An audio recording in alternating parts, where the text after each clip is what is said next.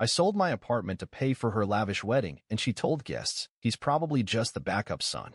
Just before the ceremony, my sister whispered, "It's so cute that you think you matter today." I leaned in, then watch what happens when I stop. Then hit play on the video.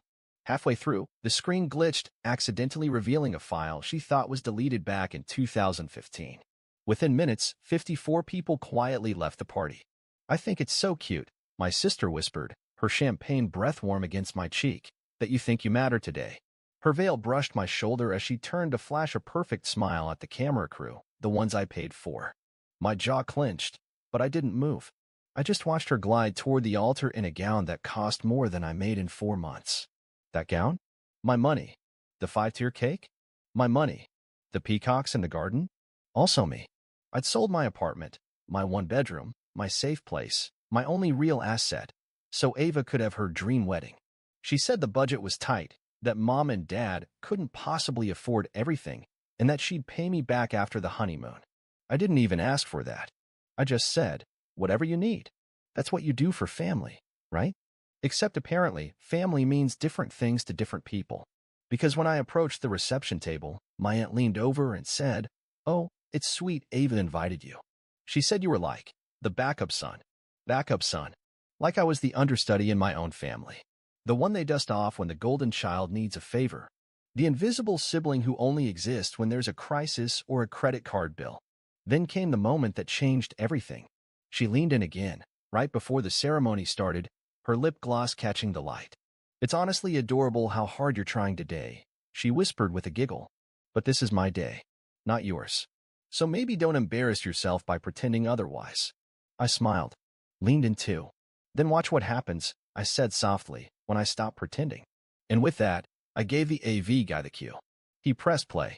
The screen behind the altar flickered, a slideshow of childhood photos, like everyone expected. But halfway through, something glitched. A file popped up, old, grainy, and very much not part of the plan. Ava's smile faded. Her mouth dropped open. And within minutes, 54 people got up and left. Let me back up. I'm 32. Name's Daniel. And up until a month ago, I owned a 540-square-foot apartment on the edge of the city, nothing glamorous, but mine. Hardwood floors, a view of the alley, and a leaky faucet I fixed myself. That place was my one constant. My sanctuary.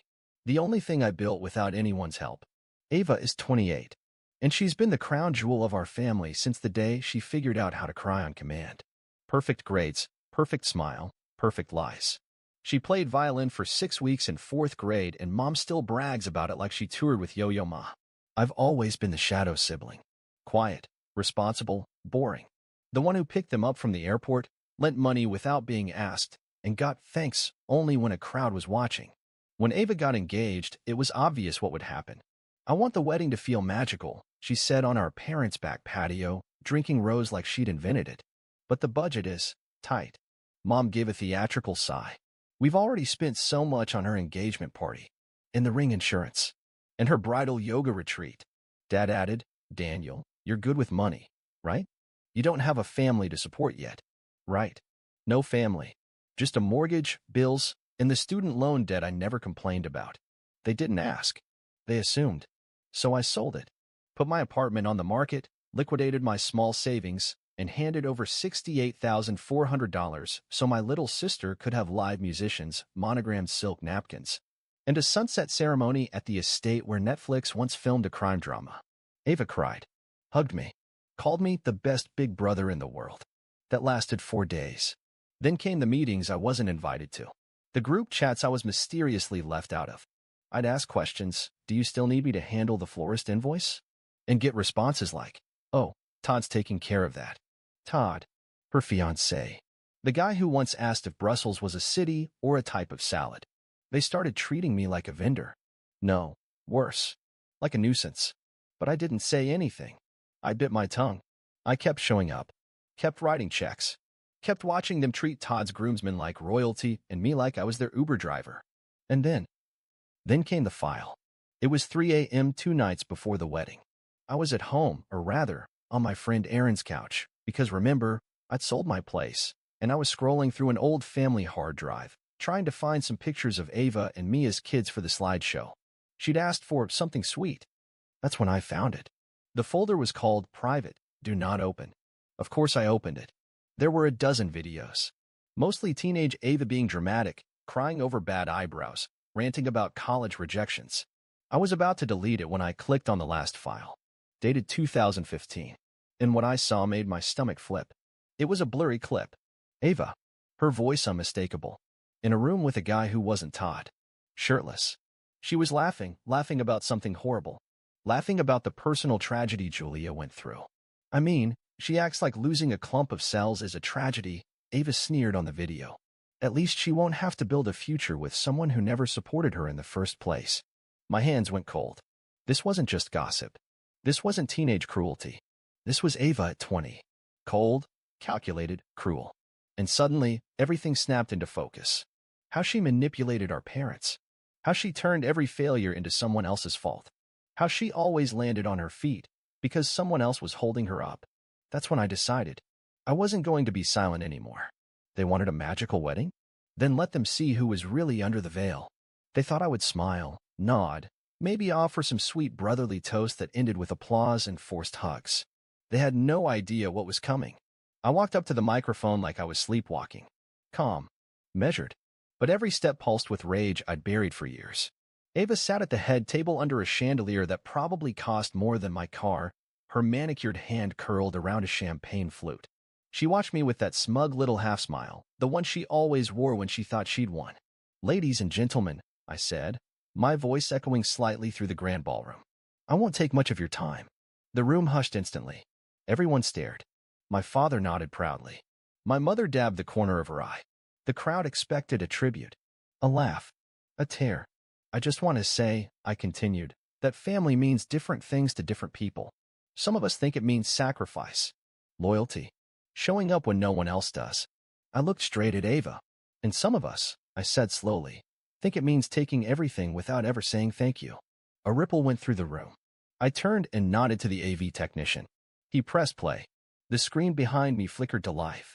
For a few seconds, it looked like the typical wedding montage, baby photos, childhood birthdays, school dances. The usual fluff. People smiled. Some sighed sentimentally. Then the screen glitched. Black. And then it began. A grainy video. Recorded in 2015. Ava sitting on a bed, swirling red wine in a glass, talking to someone off camera. Her voice clear as glass. "Honestly, Julia keeps acting like she lost everything. But maybe it was a blessing in disguise. Imagine raising a kid with that man." She got off lucky. "Some people," she said, "aren't fit to raise children, especially not the ones who grieve in public. Especially not the ones who treat every minor win like a red carpet moment." The room froze. I saw my cousin Julia's hand fly to her mouth. Her husband stood up, fist clenched. My mother gasped. On screen, Ava laughed again, loud, unfiltered, ugly. That child would have faced a lot of challenges from the start. Maybe this was fate stepping in. She dodged a bullet. Gasps. A few people actually shouted. And Ava, live, in real time, shot up from her seat like she'd been electrocuted. "Turn it OFF," she shrieked. "Daniel, what is this?" But the video kept playing. Her voice, so familiar to me, now felt like acid. She keeps acting like no one's ever gone through something hard. Honestly, some people just turn every setback into a spotlight. I turned back to the microphone. "That's who you're toasting tonight," I said quietly. "That's the real Ava." Chairs screeched. People started standing. Some just shook their heads and walked out. Others glared at Ava like she was something stuck to their shoes. Cousin Julia stormed past the head table. Her husband muttered, "Disgusting," loud enough for everyone to hear. Ava tried to speak, to control it, spin it, explain, but no one was listening anymore. "You planned this," she hissed at me as she lunged from the head table, her heels catching on the tulle of her dress. "You're right, I did," I said, not flinching. "I gave you everything. And all you gave me was humiliation. You called me a backup son to my face." People were filming now. Dad finally stood, red-faced, shaking. "Daniel, that's enough." "No," I snapped, louder now. "You don't get to say when it's enough. You didn't say anything when she called me a placeholder in this family. When she smiled and let me sell my apartment so she could parade around like a princess. When she whispered in my ear, today, that it was cute, that I thought it mattered." Murmurs rippled. "That wasn't a slip," I continued. "That wasn't a joke. That's who she is. And I'm done pretending. Ava was trembling. Her voice cracked. It was years ago. I didn't mean it. Didn't mean it? Julia snapped, storming back up front. You said I should be grateful for the pain I endured, that it saved me from a worse fate. I cried in your arms, Ava. You were the godmother. More gasps. Todd, Ava's groom, stood now too pale, lips parted. Ava, he said, his voice barely audible. Tell me that's not you. I was venting. She screamed. It was a private moment. It was edited. It's your voice. Your face. Your words, I said. Stop hiding. You've been doing it your whole life. My father turned on me then, predictable. Really. You've always been jealous. Always undermining your sister. No, I said coldly. I've been paying for her sins. Quietly. Constantly. And now I'm done. That was when the wave broke. One by one, people began leaving. Not angrily. Just silently. Disgusted. Deflated. First Julia's family. Then our Uncle Ben. Then Todd's parents. Then a solid chunk of the bride's college friends, half of whom were probably already texting group chats, sharing the video, uploading it. 54 guests walked out before the band even got to the first song. And Ava just stood there. Mascara running. Lips trembling. Crown slipping. Watching her wedding, her fairy tale, her $70,000 fantasy crumble into ash. I placed the mic down on the table with finality. I hope you saved the receipt for the dress, I said. Then I turned and walked away. And I swear, the silence she left behind was the loudest thing I've ever heard. I didn't go back inside. I didn't wait for apologies, explanations, or the inevitable meltdown.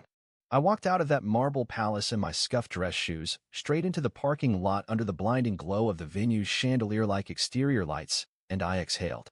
For the first time in years, I felt oxygen in my lungs that didn't come with a side of guilt. That night, I slept on a friend's couch, the same place I'd been crashing since I sold my apartment for Ava's fantasy. But for once, I slept deep. No stress. No spinning thoughts. No spreadsheet of expenses running through my brain. The next morning, my phone looked like it had been set on fire. 97 missed calls. 132 messages. 3 voicemails from my father. 1 from Ava. And 5 from my mother, all with the subject line, "Call me back immediately." I didn't call back. Instead, I did something radical. I blocked all of them. For the first time since I was 17, I gave myself permission to stop playing the family scapegoat. I wasn't their emotional punching bag anymore. I wasn't their emergency wallet. I wasn't the reliable brother who would always pick up the slack and never raise his voice. I was done, but the world wasn't done with them. By Monday morning, the video had gone viral. It started in a private Facebook group full of extended cousins and family friends. Then someone posted it on TikTok with the caption, "When your bridezilla sister calls you a backup son," and you drop the truth at her $70,000 wedding. 3.2 million views in 48 hours. A Reddit thread followed. Then a BuzzFeed article titled, "Brother Exposes Bride's Cruelty in Viral Wedding Speech," and the internet is applauding. People weren't just on my side. They were cheering. Strangers messaged me, EMTs, veterans, single dads, saying, "I've been the backup son too. Thank you for standing up." Some sent memes. Others offered to buy me a drink. One woman from Canada emailed, "If you ever come to Vancouver, dinner's on me." And forget Ava. But it wasn't all praise. Because Ava and our parents? They were imploding. I heard through mutuals that Todd, sweet, naive, oblivious Todd, called off the marriage the day after the wedding. Apparently, his family was furious he didn't leave on the spot, but the poor guy was in shock. He packed up his things while Ava screamed that he was abandoning her when she needed him most. He left anyway. Ava moved back in with my parents. Her Instagram went dark. She deleted all wedding content. People who'd once kissed the hem of her sundress were now blocking her in public forums. But what broke her, truly broke her, wasn't Todd. It was Julia. Cousin Julia, the one she once mocked during a deeply personal loss, wasn't done. She posted her own video. Calm. Devastating. Honest. "I once believed Ava was my friend," she said into the camera. She held my hand while I cried. She looked into my eyes and told me I was strong. And all that time, she was laughing behind my back. It went more viral than my video. And the tide turned from shock to fury. Ava became a cautionary tale. My parents tried to do damage control. My mother reached out through a friend with a message. "We didn't raise her that way." I laughed when I read it. Because yes, you did. You raised her to believe she could do anything, say anything, and someone else would clean up the mess. You rewarded her for cruelty and punished anyone who dared hold her accountable. You taught her that kindness was optional and image was everything. So no, you don't get to wash your hands now. Meanwhile, I did the unthinkable. I started over. I got approved for a new apartment, nothing fancy, but all mine. I picked out a second-hand couch and a desk from Facebook Marketplace. I started sleeping like a man who no longer carried a family shame on his back. I went to therapy. Yeah, real therapy. For the first time in my life. And I told a stranger how it felt to grow up invisible next to a golden child who never paid for anything, especially not the damage she caused. She said something that stuck with me. Sometimes the kindest thing you can do for yourself is walk away. So I walked. And here's the kicker. 3 weeks after the wedding, I got a message request on Facebook from someone I didn't expect. Todd's ex-fiancée. Not Ava, the one before her. She wrote, "I know we don't know each other, but I saw the video. I left him because he was too passive, too easy to manipulate. And it turns out I wasn't wrong. He fell for Ava. But seeing what you did, that took guts. I just wanted to say thank you." Sometimes the universe delivers closure in unexpected forms.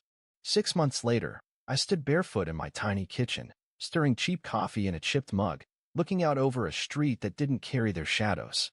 No chandeliers, no white lies, no suffocating expectations, just quiet. And for the first time in my life, I wasn't holding my breath. I had rebuilt. Slowly, patiently, like a man picking glass shards from his palms after walking through a cathedral that collapsed on top of him. And then my phone buzzed. Blocked number. Voicemail. I shouldn't have checked it. But curiosity is a sneaky thing. It was my father. "Daniel, you've made your point. Ava's been through enough. She lost her job. People won't look at her. You didn't just ruin a wedding. You ruined her life. Are you proud of that? We're family, for God's sake. Come home. She needs her brother." I laughed so hard I nearly dropped my coffee. Come home? They never let me belong there in the first place. They gave Ava the house, the spotlight, the applause, and gave me guilt, bills, and expectations so heavy they nearly cracked my spine. And now they wanted me back? To what? Clean up the ruins of her golden throne. I didn't respond. Instead, I walked to my closet, opened a shoebox from the top shelf, and pulled out the last thing I kept from my old apartment, the wedding invoice binder. $68,000. My name, my bank account, my sacrifice. And still, she had the audacity to call me the backup son. Not anymore. A week after that message, I got something else. An email. No subject line. No name. Just this. "You're not the only one. I was the shadow in my family too. What you did gave people like me oxygen. You burned the pedestal down, and I finally saw myself in the light. Thank you." And then 2 words that hit harder than anything else ever had. "I'm breathing now." It wasn't signed. Didn't need to be. Because I realized this wasn't just about Ava or weddings or family politics. It was about all of us who had been told to stay quiet, to be grateful, to not ruin the mood. I didn't ruin the mood. I ruined the illusion. And in its place, I built something real. My cousin Julia? She cut Ava off. Blocked her. Moved on. Started hosting grief groups for women who'd been through miscarriages, and she tells them the truth now. No more fake smiles. No more pretending. Todd? He moved to Colorado. I heard he's dating someone new, a nurse. Down to earth. Real. Not the plastic, curated perfection Ava used to weaponize like perfume. And Ava?